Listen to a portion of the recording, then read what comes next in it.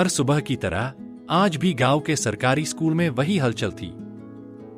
बच्चे हंसते गाते स्कूल की ओर दौड़ रहे थे, कंधों पर चमकते बैग, हाथों में टिफिन और पानी की बोतलें। उन्हीं बच्चों की भीड़ में एक छोटा सा लड़का इशु सिर झुकाए धीरे धीरे चल रहा था।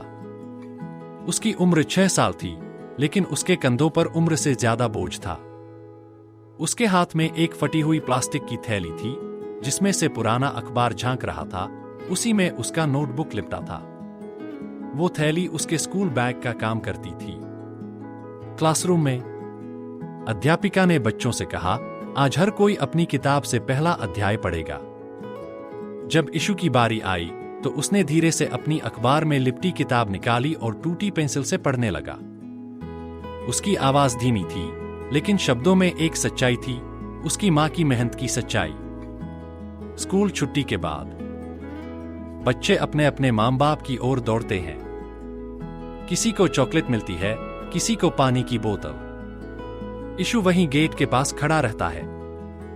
5 मिनट बाद उसकी मां आती है, पसीने से भीगी, सूती साड़ी में लिपटी हुई।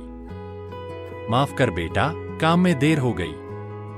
वो इशु को एक कागजी पैकेट देती है, बस एक सूखी रोटी और थोड़ा गुड़। इशु मुस्कुराता है, कोई बात नहीं मां। रात को घर में, उनका घर एक छोटा सा टिन की छत वाला कमरा था। दीवारों पर प्लास्टर उखड़ा हुआ, कोने में एक सिलाई मशीन और बीच में एक पीली बल्ब की रोशनी। मां रात भर कपड़े सिलती थी और इशु पास बैठकर होमवर्क करता। उस दिन इशु बोला, मां, सबके पास एक रंगीन बैग होता है। वो लाल वाला बैग देखा था मैंने, बिल्कुल हीरो वाला था। मां ने उसका सिर सहलाया। 26 जनवरी को तुझे वैसा ही लाल बैग मिलेगा बेटा, वादा है। इशु की आंखों में उम्मीद चमक उठी। सच मां? सच, कसम से।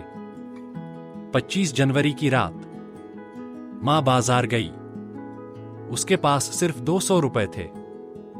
हर दुकान पर पूछती रही। अंत में एक दुकान पर एक लाल बैग मिला, थोड़ा पुराना, लेकिन इशु के लिए बिल्कुल परफेक्ट। बारिश शुरू हो गई थी तो मां ने उसे अपने आंचल से ढक लिया। बस अब इशु की खुशी देखनी है, उसने खुद से कहा। 26 जनवरी की सुबह इशु की आंखें सबसे पहले दरवाजे पर गईं। मां, कहां हो? बैग लाना था ना। मां घर नहीं आई थी। गांव में अफवाह थी, रेलवे फाटक के पास एक महिला का एक्सीडेंट हो गया। उसके पास कोई पहचान नहीं थी, बस एक लाल बैग मिला था। इशु को कुछ समझ नहीं आया। वो बार बार कहता, मां वादा करके गई है, वो जरूर आएंगी। वो कभी झूठ नहीं बोलती। स्कूल में गणतंत्र दिवस समारोह।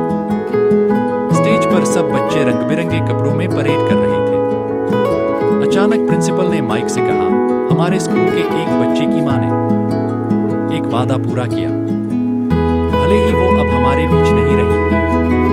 फिर एक अध्यापिका ने इशु को मंच पर बुलाया। वो एक लाल रंग का बैग लेकर आई, हल्का गीला, एक कोने से फटा हुआ।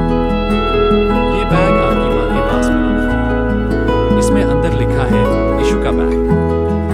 पूरा मैदान सन्न हो गया। इशु ने बैग को कस के गले से लगाया, आंखें बंद की और धीरे से बोला, मां, तुम झूठ नहीं बोलती। अंतिम शब्द मां नहीं रही, लेकिन उसका वादा, उसकी मोहब्बत और उसकी तपस्या। इशु के कंधों पर आज भी एक लाल बैग बनकर टिकी है। कभी कभी वादे शब्दों से नहीं, आत्मा से निभाए जाते हैं।